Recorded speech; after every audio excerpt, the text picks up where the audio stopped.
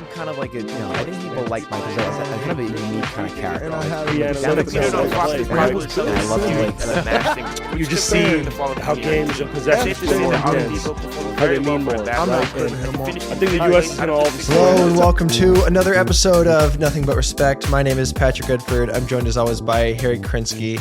And this week we have a very, very special guest whose basketball game I spent the past week or so imagining because I just reread his book, There's Always This Year, which is just a beautiful book.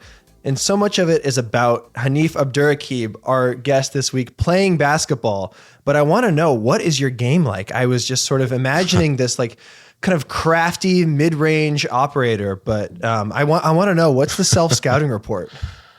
Well, these days it's different than it was. I think, though, my game has been able to hold up and adapt because of the style of play, which is pass first. I've always been a pass first point guard. Very streaky shooter. Tend to not really look for my own shot unless I hit 2 or 3 in a row. In the flow of a game, if I hit a couple in a row, then I'll start to kind of hunt my own shot more.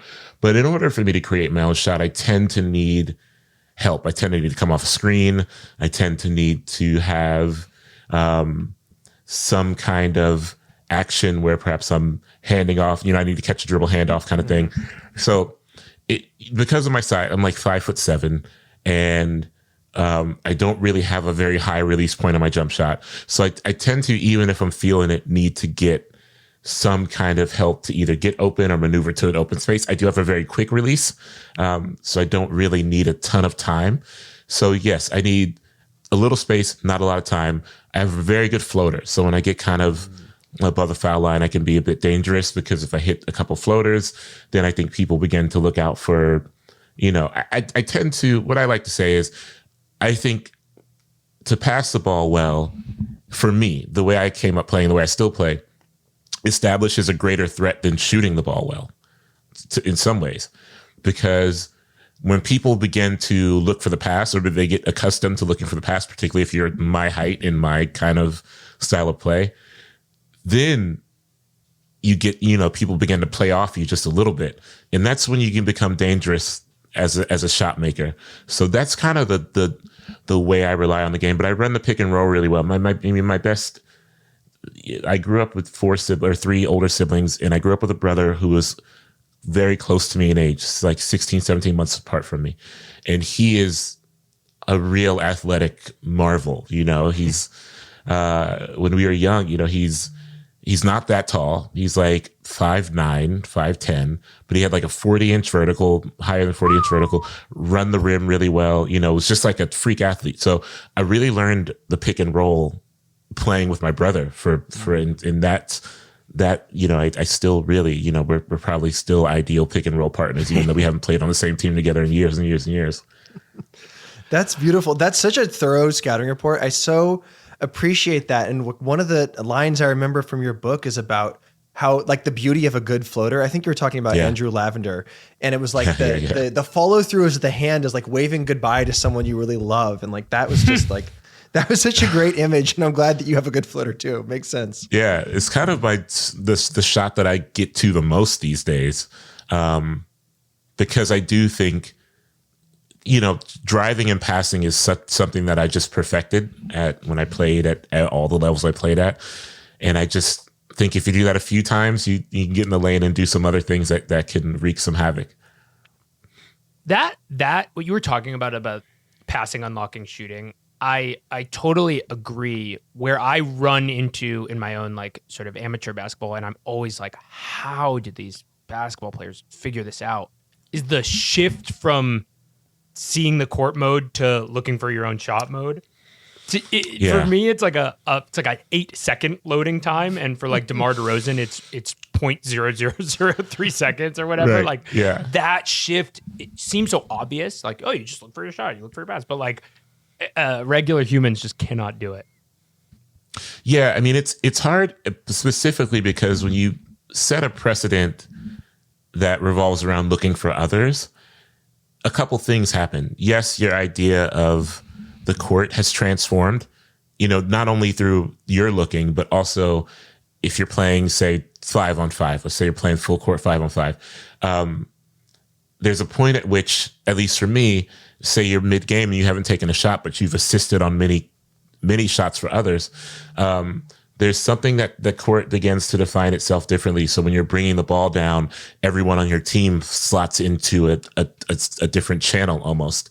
And none of those channels really afford you an opportunity to look for your own shot. So even if you give the ball up, it's not even the thought of it coming back to you in a scoring position is not even useful, which is why I think the screen and roll is effective in that way, because, options arrive to you within 2 to 3 seconds. And one of those options is a shot. And so if you even take one, it realigns the court vision for not just yourself, but for everyone else, I think. Yeah, it's like, so I'm sure we've all played against someone who's like a ball hog. And I find it to be a very gratifying experience to, when I see them take one dribble, just say out loud and point at them, like, he's going to shoot everyone box out. And that just gets in their head so bad, because it's just clear they're only seeing the court in that one way, Yeah. I mean, I played against many ball hogs and with many ball hogs, and, it's a bit draining and exhausting in a lot of ways, because I really like to see the ball moving around, not just as a fan of the game, but as someone who plays it. And, I think in pickup, having a ball dominant guy just doesn't really work.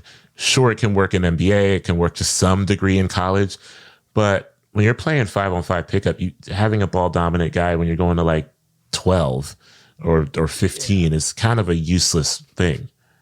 Yeah, just running like heliocentric offense with Doug. It's like, dude, I'm not doing that shit. Yeah, I mean, it maybe works if you have a dominant post presence. Maybe. But like, that's just not really even the case anymore in the pickup world. Like, it's not really like, you're not getting Hakeem Olajuwon down there. No, you are not. Look, I had one final question on your game, which you alluded to sort of in your eyes, I think, when you were talking about the ball hog, which is like, what's your temperature like as a basketball player? Are you screaming at people? Like, are you give me the fucking ball, let me pass it? What's going on? No, I've always been very calm and level-headed. I think some of this is just because I'm like a trained point guard, right? And I do think there are many different ways to be a point guard. Of course, you do have the point guards who are a bit more vocal and a bit more enthusiastic vocally. I'm one who's very level-headed. I really think that the point guard is a position, I believe, the way I play it at least, is one of thoughtfulness and tenderness and close attention. And so I tend to think that it is the perfect position for a poet or someone with a poet's mind, or at least someone who is eager to, in their normal day-to-day life, step back and take a wide-angle lens of the world, the wide-angle lens view of the world, and to say, okay, I am looking right now at a row of trees that have all come in for the season. So I'm looking at a row of green. But if I pay close enough attention to that row of green, I can see the orange wings of a butterfly landing on the top leaf of the third tree. And that takes a level of close attention and care that I think can be applied when someone is approaching the position calmly and with intention. It can be applied to the point guard position in a way that allows us to see 3 passes ahead, or 3 steps ahead, where it's like, I not only know the way you are going to cut to the basket, but I know exactly where you want to receive the pass before you arrive to the open space you're cutting into. So I have to not only throw a pass to an open space, but I have to throw it at a certain height or a certain level. And that takes a level of care and close attention and generosity to say, I know you so well, even if I don't know you at all, in the couple minutes we play together, I've learned you so well through watching you that I can make both of us look good. Yeah, tenderness is such a good word for that. And I'm thinking, I do want to transition into some Minnesota Timberwolves chat, because you're sort of this, like, the poet laureate of the Minnesota Timberwolves. But like, what you just said brought up 2 things to mind. Like, one, Julius Randle is not noticing the orange wings of the butterfly. And 2, one of the things that like is so fascinating about the Timberwolves and has been, talked about a lot and will be talked about a lot going into this offseason is the matter of like, do they need a point guard? Do they need someone who can sort of see the game in that way? And I find that to be a sort of interesting way into thinking about like what a strange ersatz team they are in so many ways. Yeah, well, I mean, they certainly need a point guard. One thing I think we saw in the playoffs, you just can't not have a point guard in the playoffs. You looked at the Houston Rockets. It was the Rockets are maybe the poster children for this dilemma where all season long people were like, the Rockets need a point guard, even if it's just a holding thing to get Fred Van Vliet back. You need a point guard, and the Rockets seem to think, we got Şengün who can do like the point center thing. Amen Thompson can be kind of a terror with his speed running down the break, and all that's cool. But when you get to we just saw what happened. Like the minute they got to the playoffs, that point center shit, it's not going to work. It's just like that's, and not only did we see it, we saw it in the plainest way possible where the Rockets couldn't close out games. They would get down to the wire and you got Şengün bringing the ball up. It's like, what the fuck is happening? And you got Amen Thompson dribbling the ball off his foot. So you need a point guard, if for no other reason, to just organize late game offense. And that can be almost anyone, though I will say in the Timberwolves case, with love to Mike Conley, it probably can't be Mike Conley anymore, So that is the eternal problem. Look, the Timberwolves getting Ayo Dosunmu for pretty much nothing. I mean, no disrespect to Rob Dillingham, but like they got him for a guy that was never going to play. That's great, but Ayo is also not a point guard. He can do it, but he's not one. And so they need a point guard, a definitive point guard. It's that's such an interesting way to think about the game, like the point guard vis-a-vis sort of positionless basketball that we're more seeing, and the idea of like small ball kind of going out of favor. Not so much going out of favor as it is like teams learning how to play that kind of small ball style with bigger guys. Like the organizing force of a point guard was just as important, in 2019 when the game was at its smallest as it is now when the game is like, getting increasingly large. Like I think, like someone like De'Aaron Fox on the Spurs as like an unabashed Fox fan, like you could see it in Game 7 the other day. Like the stuff that he was doing that was most important was not like, cooking his guy and making shots, which he was doing. It was like, Keldon Johnson's open, I'm going to give him the rock. Like, it's just like this force of organization that's like very hard to quantify unless you're looking at it. And I definitely do think like the Nuggets were, Jaden McDaniels was right. The Nuggets were bad enough on defense that like, that wasn't necessarily hamstringing then, but against someone like Wemby, it's like you need more than skill. You need that sort of like organizational force. So I agree with you. Yeah. The Timberwolves have a lot of questions to answer this offseason. I would say more than most teams. And I think they have the stakes are high because assuming they're going to stay in the Western Conference for at least a little bit, I think there's with the realigning of the league, there is a chance they go to the East, whatever. But at least for right now, you got to deal with what's in front of you. For me, I have some concern, and I think a lot of Timberwolves fans aren't thinking about this because they're not all as doomsday focused as I am.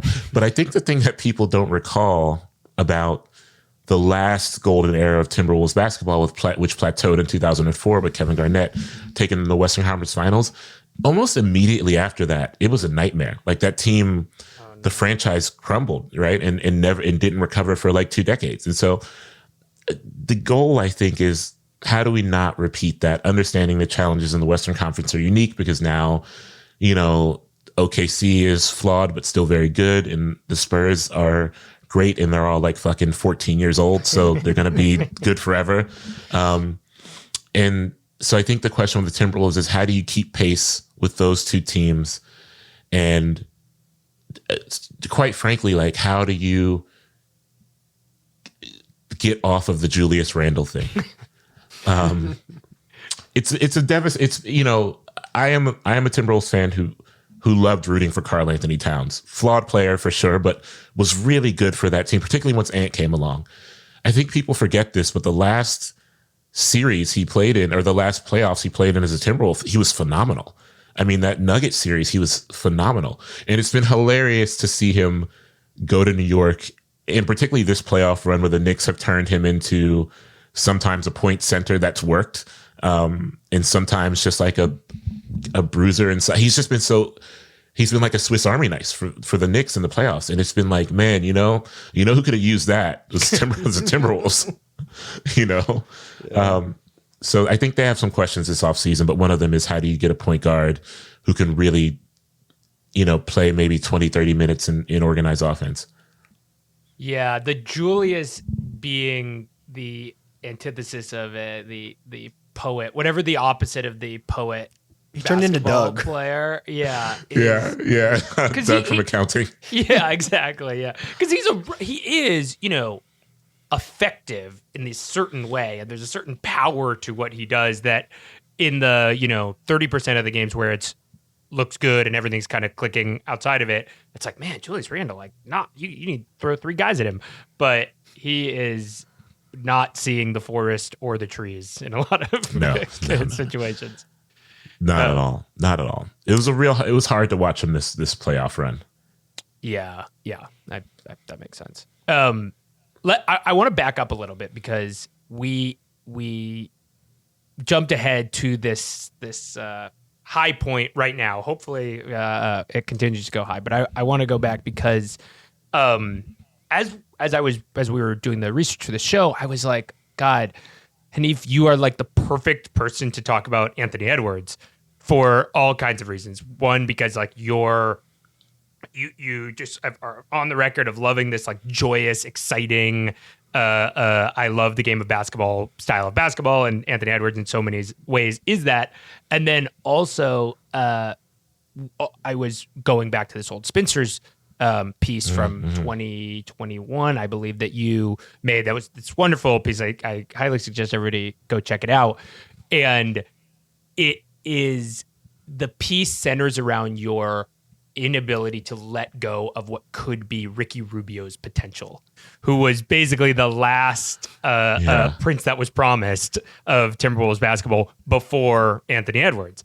And it was funny because it's in this zone. Like, I think maybe Anthony Edwards was either rookie or was about, I guess he was a rookie, but it's right before Ant like becomes who he has become. And it's just, that moment is this like shift in Timberwolves basketball all around this flawed but awesome basketball player in Anthony Edwards. So what is the kind of what has the experience been like rooting for Ant? Do you remember how you were feeling when he got drafted? Do you remember when you knew he was special? Talk to us about that.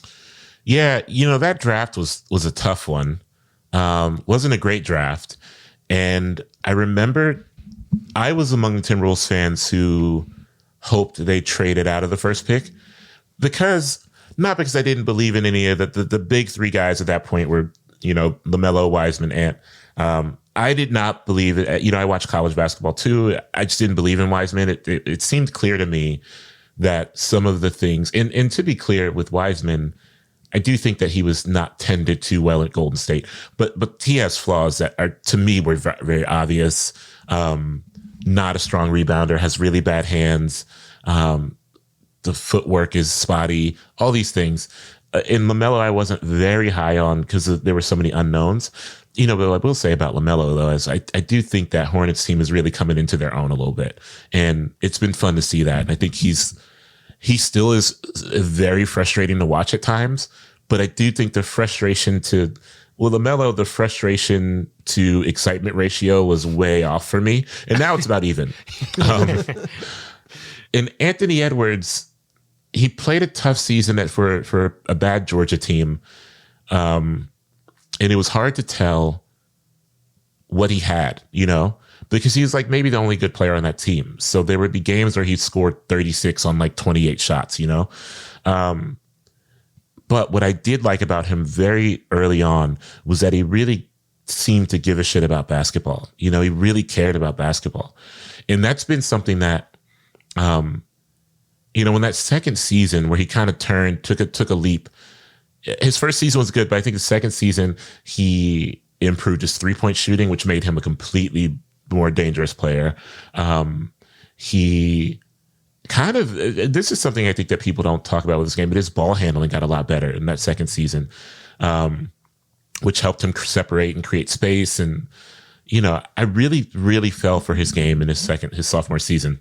But I do think what's been so wonderful about rooting for him, something that bothers me that I hope players like Anthony Edwards and Victor Wembanyama can act in opposition to, is this sense of nonchalance, you know, this sense of players who are just too cool to care. Or, you know, Anthony Edwards really gives a fuck, you know, really, really cares and really loves the game. And I think people can maybe misread some of his playful antics and his jokiness as apathy, but it's not. I mean, like, he really, really cares. And it's really, I grew up rooting for Kevin Garnett, you know, and I would say no player in the history of the game has given more of a fuck than Kevin Garnett, you know. There's that great interview, speaking of the crumbling of the team after 2004, there's that great 2005 interview where Kevin Garnett is sitting with John Thompson, and he's trying to articulate how devastating it is to have just gotten so close and then not been able to do it. And now he can't understand why they're losing. And he's like literally crying. You know, he's like sobbing in front of John Thompson because he can't figure out why the Timberwolves were just very good and are now not good anymore. And that was my guy. That's still my favorite NBA player of all time. So I grew up rooting for that kind of guy. And to see Anthony Edwards, you know, care so much is really enlivening to me. And it's infectious. Like, Jaden McDaniels also cares so much. You know, say what you will about Rudy Gobert, which, you know, whatever, but he really cares. Like, I don't always love watching Rudy Gobert play basketball, but he really cares about the game. So I think Ant's just ability to care a great deal is infectious. It's true. And like, when you watch Ant, you get this kind of sense with, like, when the moment is biggest, he's like the coolest guy on the court. And like, I think that is like the thing that gives them all confidence. Like, you know, the Wolves have been playoff risers for 3 seasons in a row now. And like, the thing that's defined them is like, they'll get into these series against teams that everyone thinks are better. And they establish like emotional superiority, which I think is totally an Ant thing. Right. Yeah, absolutely. Absolutely. I mean, even, you know, they were outmatched against the Spurs, but it did feel at points like they weren't as far off as I thought they were against the Spurs. Then some points it seemed like they were light years away. But at some points of that series, it was like, maybe they're a little closer than we think. Yeah. I mean, especially like in that that game 1 where Wemby has the 12 blocks and commits all those goaltends and stuff. Like, that was such a strange game because the Spurs were playing as if they had won. And then you just need like Ant and Jaden to just care more and like run around and try stuff at a harder level. And like, everyone but the Wolves seemed surprised at how that game ended. Yeah. Yeah. That game was, Wemby had 12 blocks in the box score, but I think he probably like had 8 legal ones, you know? Yeah. I was shocked at the amount of goal. And I'm a massive Wemby fan, like huge Wemby fan. But I was like, brother, there's a lot of goaltending, like a lot of goaltending. I almost think like, you know, refereeing, I understand it to be like so much about getting the right angle. Like, you need to run to the baseline so you can get the right thing. I wonder if like Wemby is creating a new geometric issue where refs like can't see that high up that they're like missing goaltends. Yeah. What I did when you were talking about Kevin Garnett interviews, this is a little bit off topic, but it reminded me of similar thing about wanting to win. A anecdote from a interview of Kevin Garnett on his second time around, where he's in he's there, and this is like Wiggins and Levine. I just want to read a little bit from this. In the locker room, there used to be a couch and a TV next to the kitchen. So we walk in and KG's there. It looks like he's been there. He's watching the movie Gladiator. It's the final scene where Russell Crowe's fighting for his life. He sees Andrew Wiggins and he's like, come here.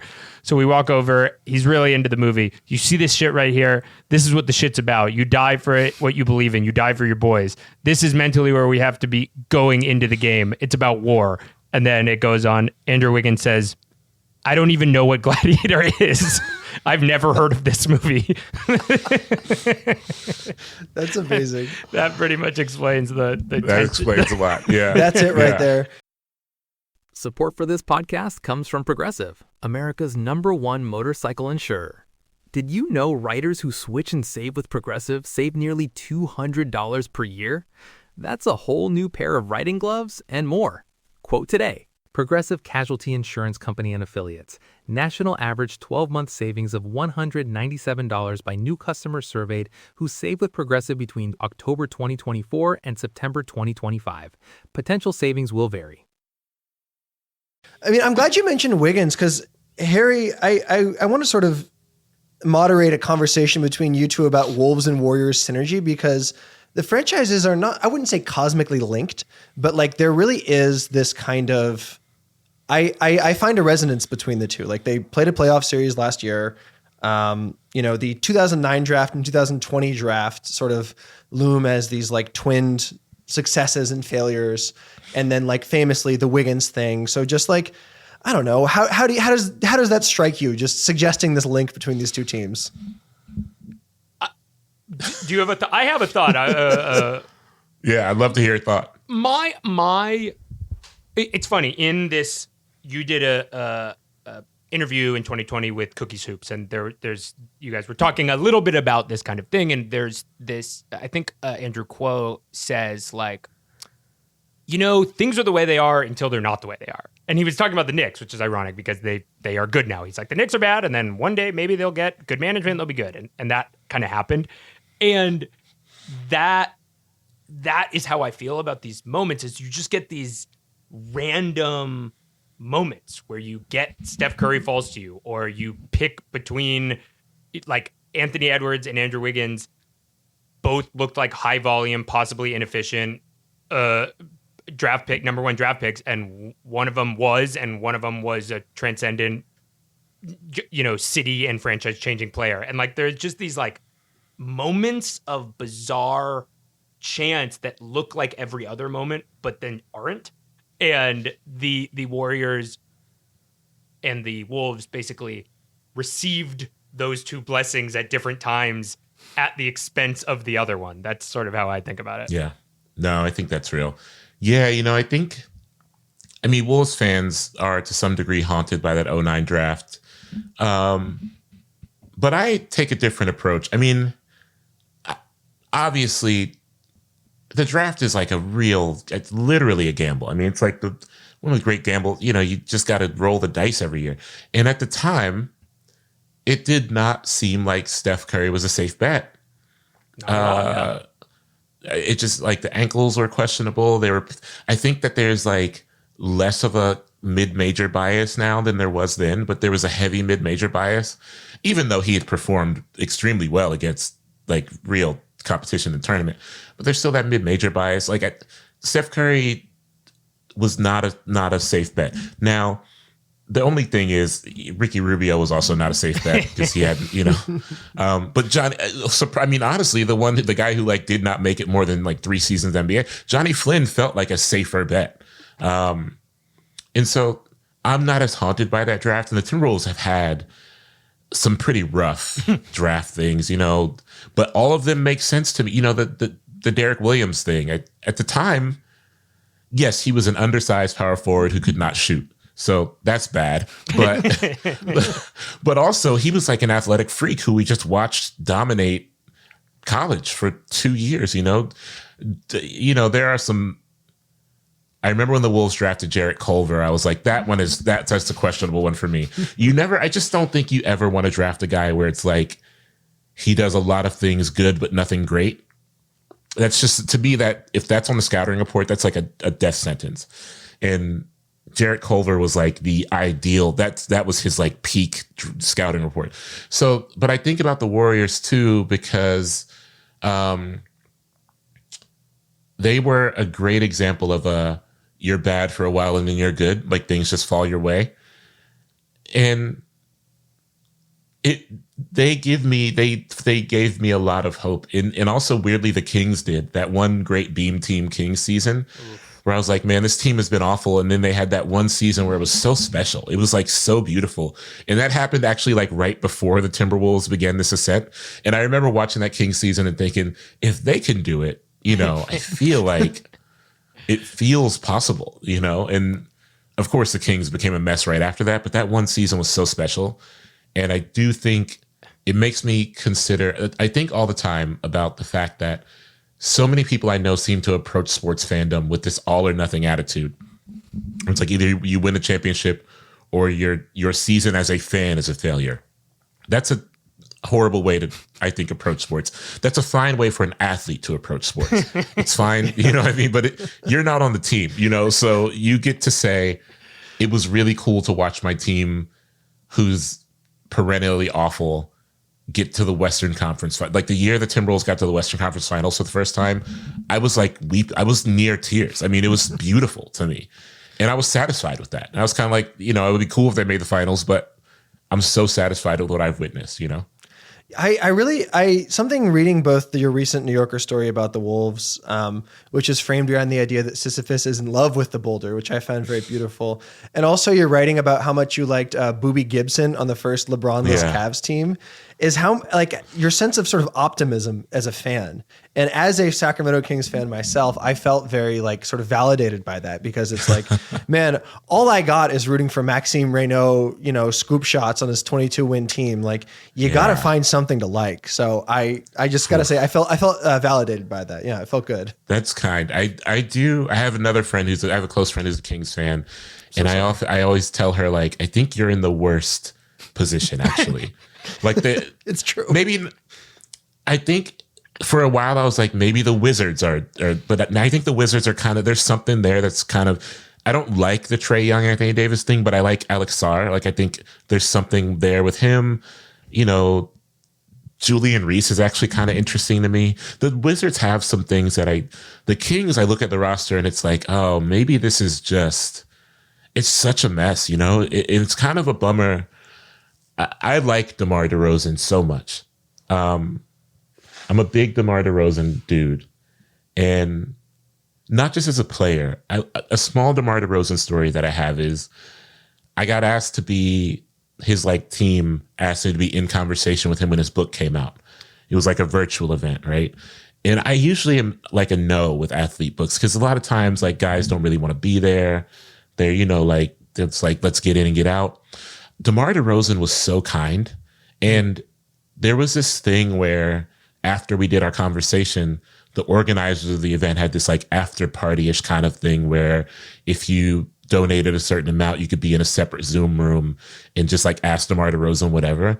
And he really stuck it out. He was in that motherfucker for like an hour and just like genuinely delightfully answering questions about like food in Sacramento and what he likes about the city. It was right after he'd gotten traded. And so I like DeMar DeRozan so much. And I like a lot of the pieces, the people on the Kings, but it's rough to see that roster. You know, I felt like they should have moved off Sabonis a while ago. There's just not a lot of young, exciting talent there. I don't really like. Do you like Nick Clifford? Do you think Nick Clifford is good? No. No. I don't His whole thing is like, he's like, I'm gonna try to play like Kobe Bryant, but he has the talent of, I don't know, like Ray Felton or something. Like, it's not a good situation. But I'm watching, you know, it's like the finals are about to start, and like Mike Brown, who was fired 18 months ago, is coaching the Knicks, and like the one significant change they've made is bringing him in, and like they're in the finals. And then like the big kind of off-season addition for the Spurs is Fox, and like they're in the finals. And I think a lot of I'm writing about this now, so I've really been sort of sitting with this, but like a lot of Kings fans in my life feel really aggrieved by this. They feel this kind of like regret and sadness. And we saw this last year with like Halliburton leading the Pacers to the finals. And the point I've been trying to make to them is like, this is good. You should feel happy about this. Like, just because it's not happening for your team, it's cool that like the players you like who come into the league necessarily start with circumstances to overcome by virtue of being on the Kings. And so therefore, when they find success, you should be so happy for them. And like, just because the name on the front of the jersey is different, you can still, those attachments can still be real. Like, you can still be a like fan of Mike Brown. And like, I think that's totally coherent. So I'm excited that one of them is going to win a title. And I was thinking about this as I was reading your chapter about like LeBron leaving and stuff. And I'm just sort of wondering like how you would feel, and I guess how it feels to watch Cat on the Knicks is where I'm going to. It feels to me, I was so happy I've been so happy to see Cat thrive in New York. particularly because, you know, he was someone, and I think a lot of Wolves fans did not love him until he left, of course. Garnett was similar in a way. I think people think Garnett was beloved for his whole time in Minnesota, but that wasn't the case. But Cat was someone who, like, flawed player for sure, but also played for like a million different coaches and GMs and did not have any teammate consistency ever in Minnesota, and was asked to do absurd things. I mean, like, a lot was asked of him. When they bought in Rudy Gobert and was like, in July said, hey, you're a power forward now. That's an insane thing. Like, you know what I mean? Like, that's for a dude who played center his whole life. And the idea when he made that transition to power forward and it didn't instantly click and fans were like, what the hell, man? I was like, come on, y'all. What are we doing here? So he got put through a lot in Minnesota and was always an ideal teammate. And on top of that was like really a great dude, like a really good dude in the community, cared about the city, cared about his teammates. And so to see him thrive in New York when a lot of people were like, I don't know if he has it in New York, you know, has been special, particularly because he's been very good in the past 2 postseasons. And I think early in his career, he got this reputation as a guy who just can't play in the postseason. But late in his Minnesota life, he kind of turned that on its head. But in New York, he really has, you know, if you look at his, like looking at his counting stats this postseason, they probably don't see it's like 17 points, 12 rebounds. But if you watch the games, what he's doing is incredible. It's like the playmaking is there. What people aren't talking about as much as the defense is really there for him, which it's never been there for him at all. But the defense is there for him. He was incredible on defense in both those series. So I would love to see Cat win a ring. It would make me so happy. And, you know, I think he is another dude who like cares about the game a lot. And I think his caring is often misconstrued as something it isn't. But New York has been a good fit for him. And it does feel like the Knicks window, they got like 2 more years of this probably, and then they're going to do something else. But in the meantime, it looks fun, especially because the Eastern Conference is like in a rough place, I think. You know, if Giannis leaves the East, which is possible, though I don't know, and if Jaylen Brown leaves the East, which is possible, then that's a real rough conference. Because I'm not as high on the Pistons as everyone else. I like Cade Cunningham, but like I'm not as high on the rest of the whole Pistons thing as everyone else. And I think we saw in the playoffs, they just didn't look good at all. No. They didn't look good in the first round. They definitely didn't look good in the second round, but I actually think the first round was really revealing. So, you know, the Knicks can kind of make a run of this thing for 2 years, and I'm rooting for Cat the whole way. What do you, I have 2 other Cat questions, because he's such an interesting both player and like mimetic figure in NBA discourse, you know? Like, what do you make of the way he gets poked fun of for you know, his affect or whatever? Yeah.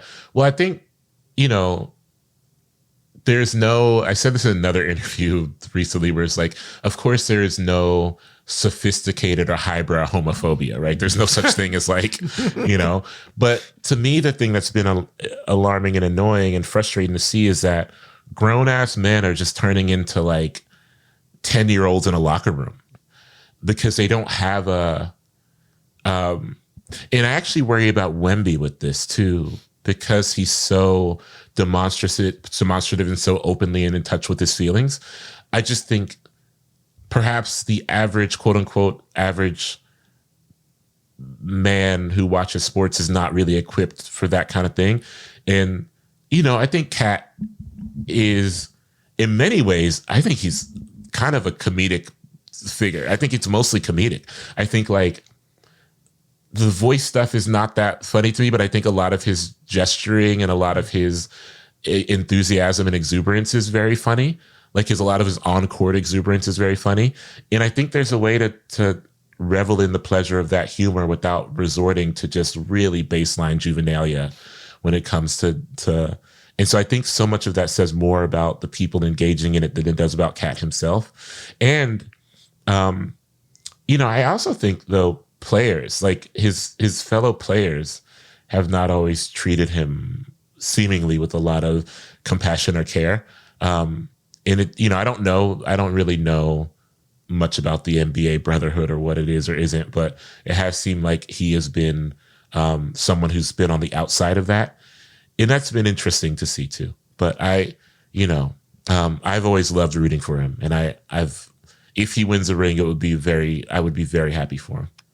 He's such an interesting figure in this series in particular because, the Knicks and Spurs matchup is so different than the Thunder one in so many ways. And like one is that like, unlike Chet Holmgren, Cat will shoot the basketball when he touches it, which is going to be very, very important for them.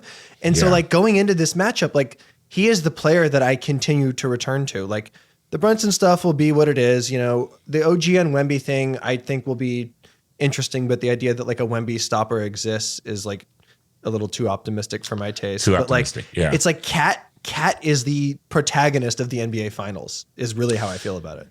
Yeah, I mean, it's gonna be a real test for him because I don't think the Knicks can do that. Like, we'll get it to him at the top of the key and let him facilitate the kind of for running. We're gonna send two cutters and let Cat hang at the top of the key.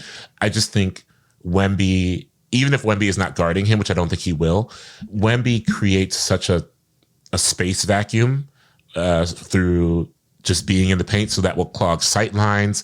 It'll clog passing lanes. His arms are too long. So Cat's probably going to have to be like a literal offensive force. And if Wemby is not going to be on him, at least most of the game, which I really don't think, I think they're going to put a smaller guy on him, then he's going to have to actually be dominant in the paint. And he's going to have to probably respond quickly to double teams, which he actually got so good at. He got so good at that the past couple of years.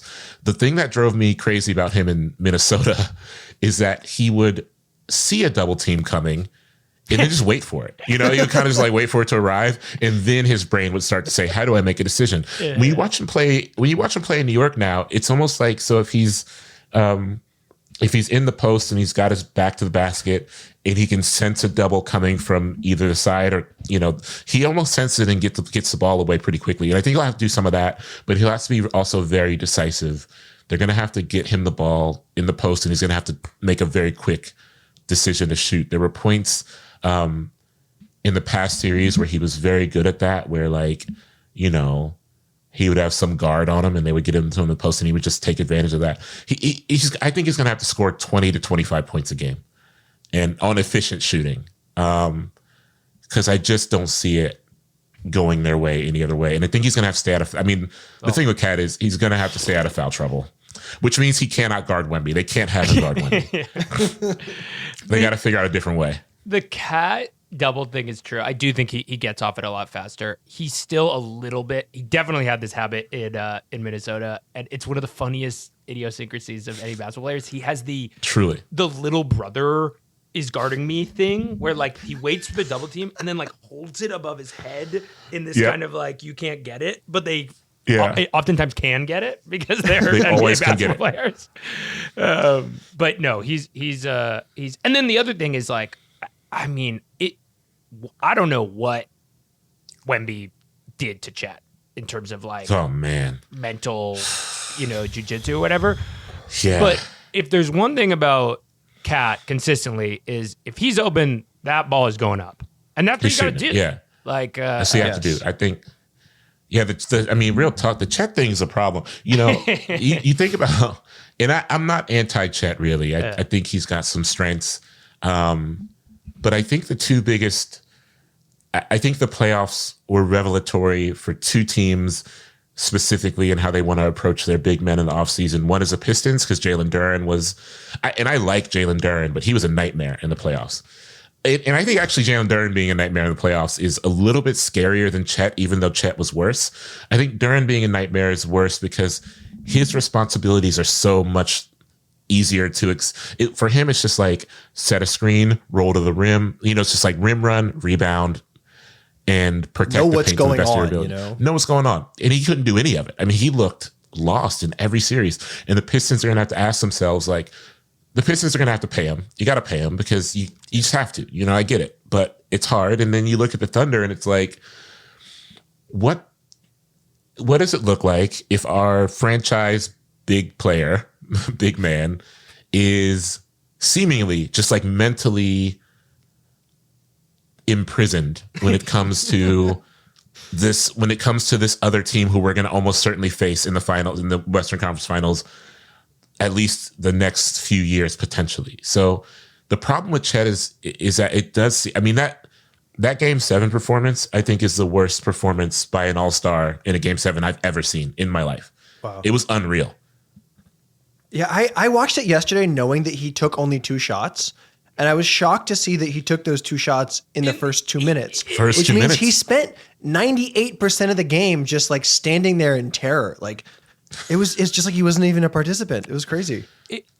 It's so he hit his first shot. I don't know how you hit your first shot and then go on to have the game he had. The other thing is like that he got dunked on in the first 6 minutes. But what was so interesting about that, because I also I had to watch it afterwards, so I knew that the dunk had happened, but I didn't know when it happened, whatever.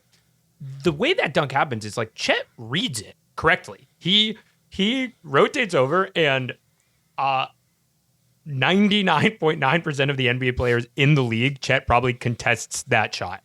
And it's just like Wemby just is a different force. And I think Shea was able to kind of maneuver around the kind of reality exploding experience that he's trying to score on Wemby, but it just doesn't seem like Chet could. And, we'll see. I hope he does his own evil eat, pray, love and comes back a menace. Yeah, I do too. I mean, they need, Chet, SGA said this in the post game where he's like, we just need him. He said this in a post game where he's like, we need him and we need him to be good. And Chet's a skilled player, and it does seem like a mental thing, which is in some ways harder to overcome. It's interesting because it also seems like Chet was baited into this mental game that Wemby wanted him to be baited into, where Chet early on was like, well, I don't know what his deal is with me. I think he's, it was like, I don't have a problem with him. I think, but instead of, and I actually think this is smart of Wemby, instead of Wemby kind of bowing to that and being like, oh yeah, maybe we're cool. Maybe I overreacted. And he kind of dug in further and was like, I don't actually care if this guy thinks we're cool. I genuinely don't like him. And I would like to, and I want to beat him every time out. And I think that is actually more jarring. Like, it's jarring when you extend an olive branch of sorts and say, I don't have beef. I hope we can get along. And the person who has beef with you is like, no thanks. And I'm actually going to double down on my dislike of you. I think that really fucked him up. I think that really fucked up Chet a lot, and,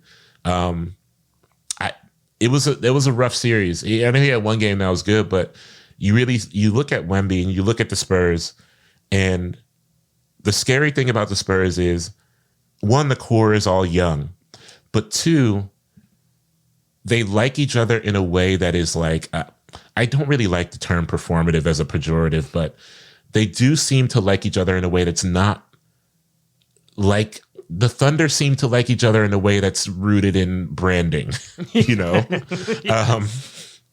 which I'm also fine with that. Like, I don't have a problem with that, but I do think when it comes down to the nitty gritty of it, and a perfect example of this, to me, the most moving moment of that entire series was when Stephon Castle was fouled really hard by Alex Caruso, and Dylan Harper slid on the floor.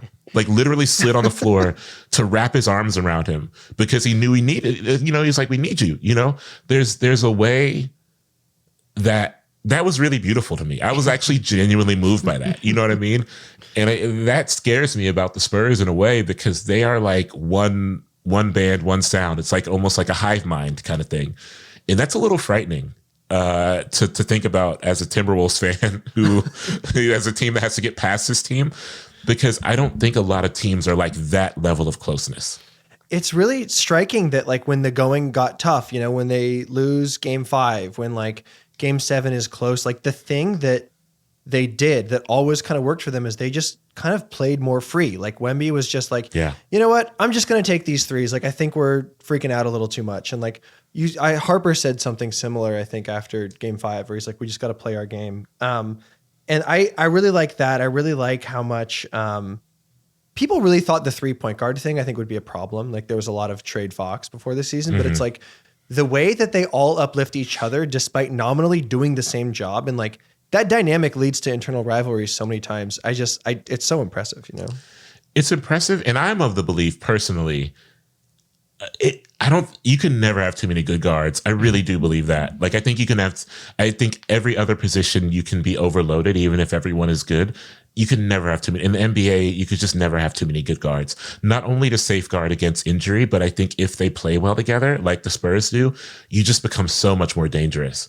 Because what do you could run Castle, Fox, you could run all these guys, Harper, you could run them all at the same time. And if they're all playing well, that's pretty scary because they all bring something different to the game. And the Spurs bench is kind of, they can run so many lineups. And I think that is maybe going to be the advantage they have in the finals, is that the Knicks, there's a limit to the lineup variation that they can have and the different looks they can show you inside of those lineups. The Spurs, it feels limitless in a way, or at least it feels like there are like 5 different lineup combinations that each have their own, there are points where Devin Vassell is just the best player on the floor because he's hot, He's so awesome.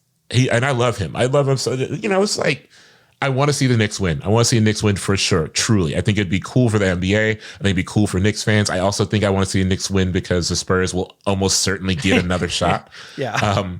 But I also, the realist in my heart is like, I don't know, man. The Spurs are looking unreal. Absolutely unreal. This episode is brought to you by Progressive Insurance. Do you ever think about switching insurance companies to see if you could save some cash? Progressive makes it easy to see if you could save when you bundle your home and auto policies. Try it at Progressive.com.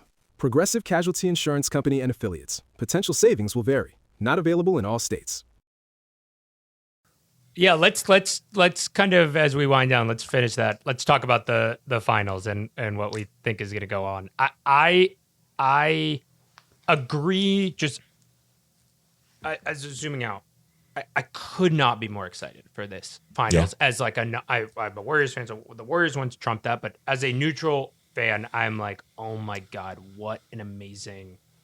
Just from the 1999 synergy to these two teams to like everything that New York's been through to Wemby having this like explosion, like it's to all the people who were like, what's the league gonna do without LeBron James and Steph Curry? I wish they could see this moment and just see that the kids are gonna be okay.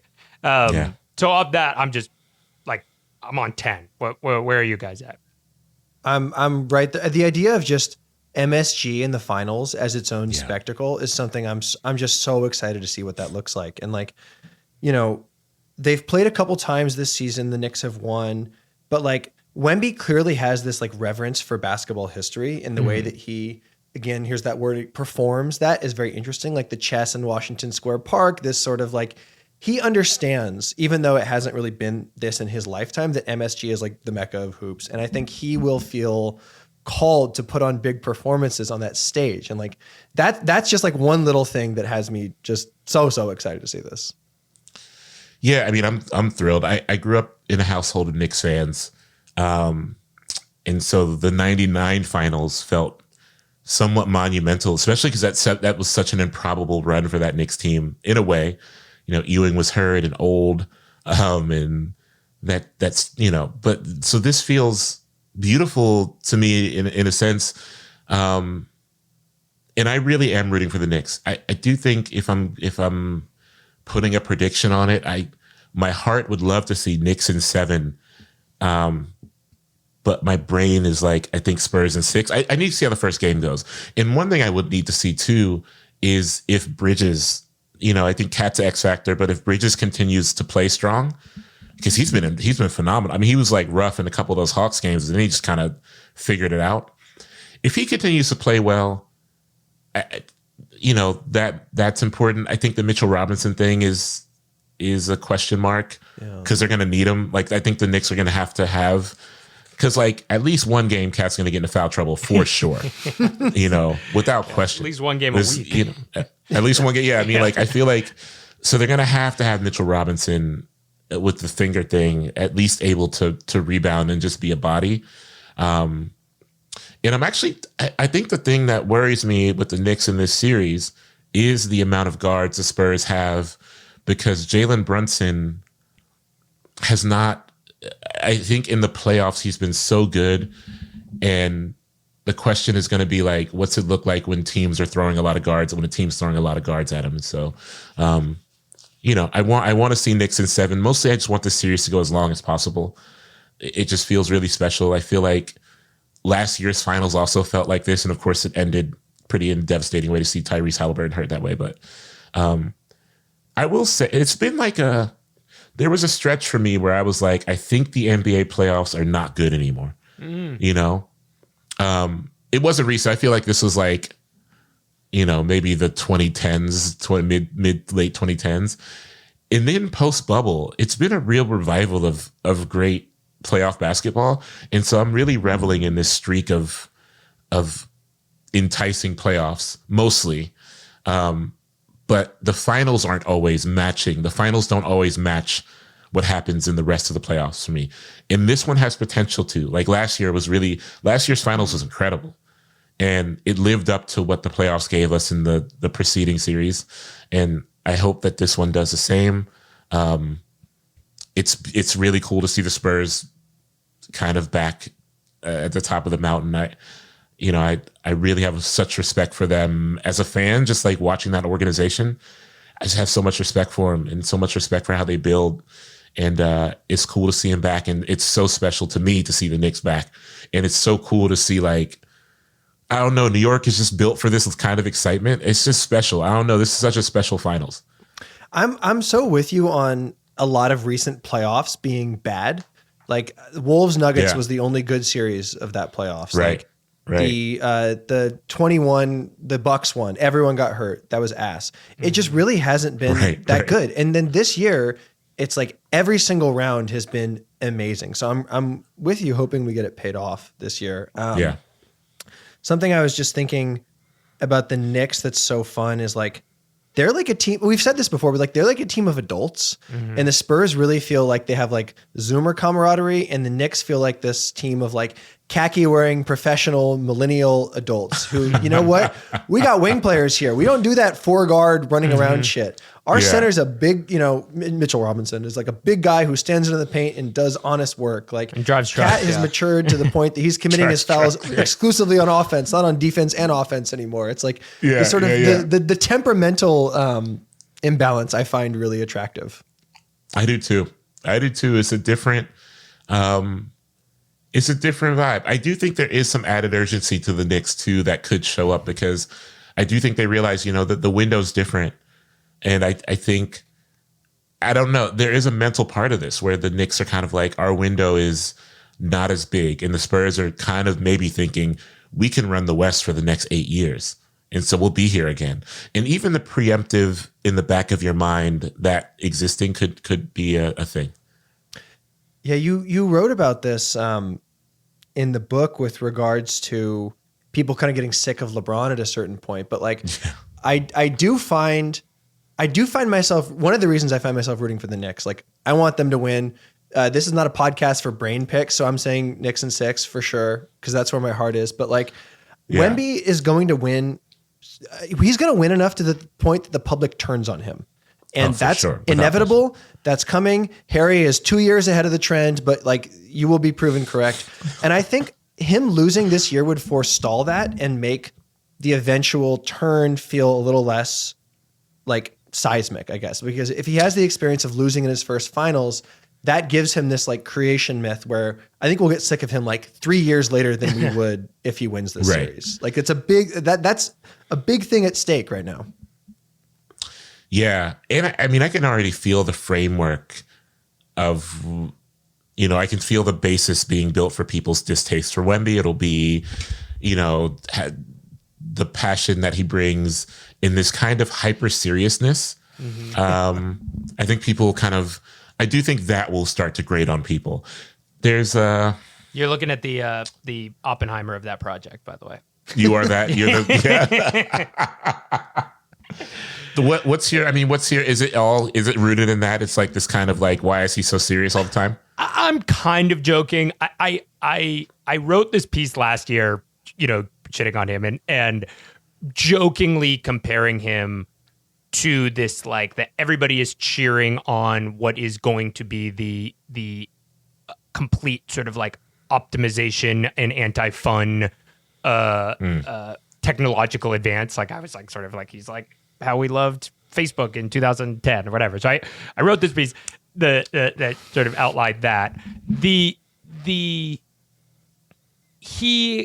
I do love how much he cares. It's not that. I love that he's like these bursts of emotion.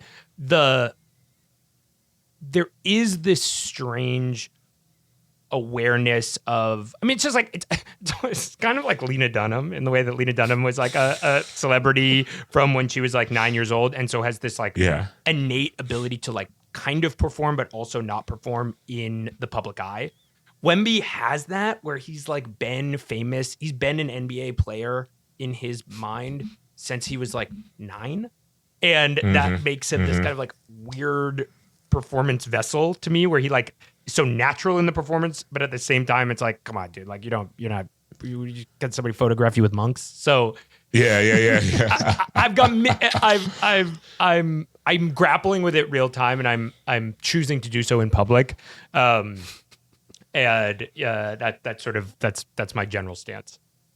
I think that's a good thing to grapple with. I also think too, it's a healthy thing for us to grapple with, because there's a point at which the level of seriousness with which he, and the level of intensity is beautiful. And I hope that at some point, whenever he wins, if it's this year, if it's next year, if it's the year after, I think that might unlock a different level of a higher level of intensity that we have not seen. But I hope it also unlocks a level of pleasure and freedom. Because sometimes I do worry that he doesn't play with a lot of pleasure or freedom. Yeah. Like, I remember watching the All-Star game and having a moment where I was like, okay, man. Like, there had to be a middle ground. I was like, man, I really love that the All-Star game is competitive now. And I love that he was the driving force for that. Very genuinely. Like, extremely genuinely. And there were a couple moments in the All-Star game where I was like, well, I think for me, maybe that I would like this to be at an 8, and you're at like an 11, and everyone else was at an 8. Like, I was like, oh, you've raised the bar of competition to an 8, when in previous years, the All-Star game was a 0, so we've achieved something, at least in those first few matchups. The last one was a nightmare, but the first few were really thrilling. I was like, man, everyone's at an 8, that means they're playing really hard, but still laughing every now and then. But then you see this guy who's like, the 8 isn't enough and I need to be at 11. And the problem with that is, at least in an all-star game setting, everyone's not going to rise to an 11, So there's a way that I would like to see him have at least some approach to pleasure that works. But I do love him. And I think, the Spurs are going to be, assuming health and contract stuff and all that, the Spurs are going to be just a nightmare to deal with for the Timberwolves. I keep thinking about that all the time. It's like, man, what are the Timberwolves going to do about this? Hopefully, maybe they move to the Eastern Conference soon.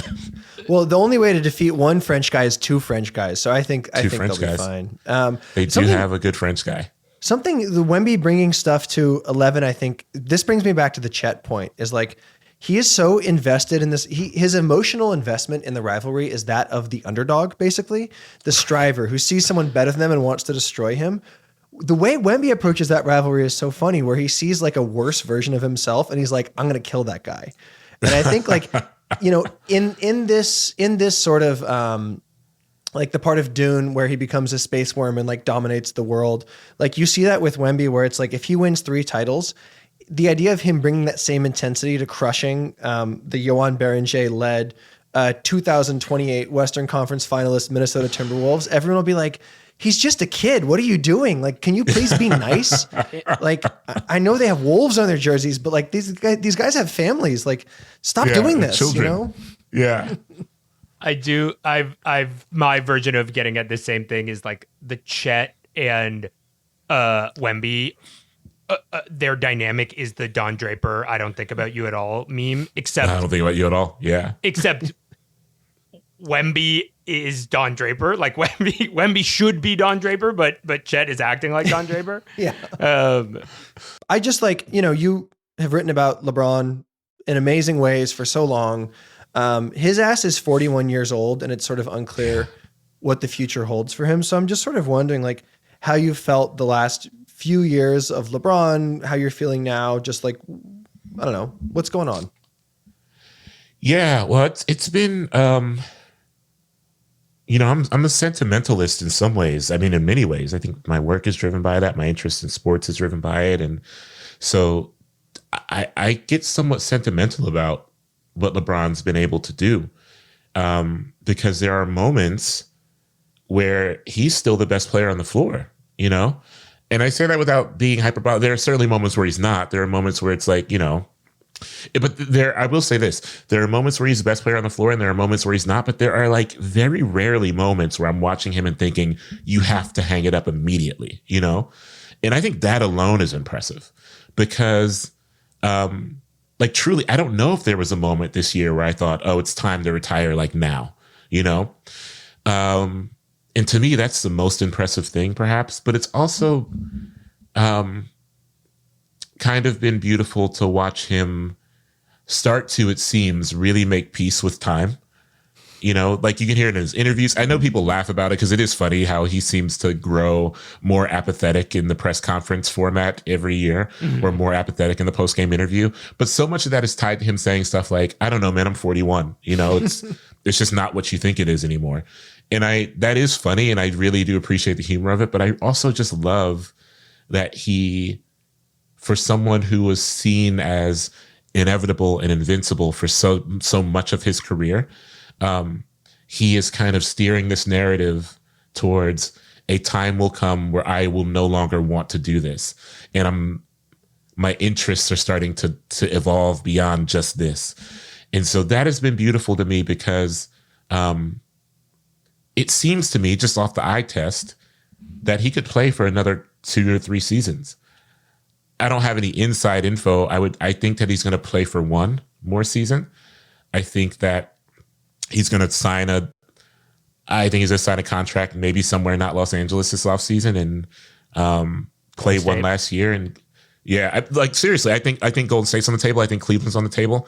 I think those are the 2 that are mainly on the table because I think he really wants to play with Curry. And I think, he is someone who seems to like narrative building. And so coming to Cleveland to end the career would be great and to get the proper farewell tour. But I think I don't worry about the league after LeBron at all. I think the league's in good shape. I think the league will be in good hands. And I think he maybe feels that too to some degree. Or maybe he doesn't. I don't know. But I do think it's been special to watch him come to terms with the winding down of a career and not be so defiant about it and not be so. It seems like he's being very honest and grounded about time and the passage of time. And I've loved that. I've loved seeing that. And I've also genuinely just loved watching him and realizing at no point am I like, it's time to hang it up. And maybe he will go out. My hope is that he will go out without me ever having to think that, How beautiful would it be to say, I never once looked at that guy and said, it's over. And it was up to him to say it's over. He determined the end point instead of us all looking at him and saying, oh no, it's not what it was. And so that's my hope for not just him, but for all of us. Wow. It's a fitting way to think about LeBron's career because if there's as him going out on his own terms, because it's like this phrase is sort of rote at this point, but he is the player empowerment player. Like he shifted every single step wrestled it out of the hands of kind of league interests and into the players. So like the idea of even him stepping away on his own terms is like a kind of interesting continuation of that metaphor. Absolutely. And I would hope that it's hard to leave the game. Like it really is. And I think I say this as someone who's never played a professional sport, but it just makes sense, right? Like if you dedicate your life to this and you've been in the spotlight for all, he's been in a unique spotlight since he was young, but all of these guys have been, the stars of their team, so it's hard. It's like really hard to leave the game, but there's also something empowering about doing it on your terms and not the terms of your body, or not the terms that your body determines for you or a team determines for you. And so that's my hope for him. And I think that is going to happen. Like, I think he's definitely going to leave on his own terms. And I'm looking forward to watching him until that happens. Yeah. And like, as we think about the end of his career, I'm struck by just how different basketball has become in his like 20, 23, 22 seasons of like, if you go back and watch what the league looked like in 03, 04, it's like it's like people flying paper airplanes now versus like sending rockets to the moon. It's just so, and he's been, the best in every era. It's just kind of, it's like such a mind. It's crazy. It's just so much, It's crazy. Yeah. And so, I so appreciate him. It was great to see him be like amazing as a third option on a great team for like 20 games. I feel sad for him that, he didn't get to really flex that in the playoffs, but I know. We'll hope for him. We'll hope for him in Golden State next year, maybe. Yes, exactly. Yeah. We got amazing life extending technology up there in Silicon Valley. He can have, his own peptide substrain. Okay. I think that's as good of a place to end it. Hanif, do you have anything? Where can, obviously the people should know where to find you, but what can they look out for? What's going on? Let's see. A new book of poems comes out next year, which I'm excited about.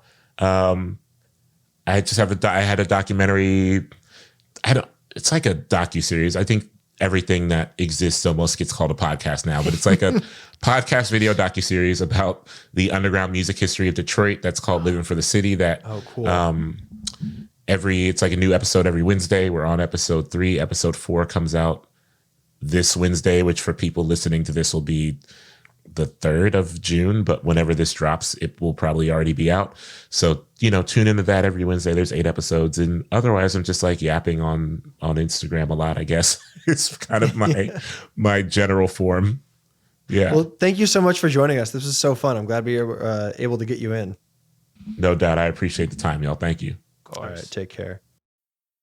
Ever notice how life's best stories don't happen in your living room? They happen on the open road, out on the water, or parked under the stars. At Progressive, they get that you want to focus on the experience, not worry about the what-ifs.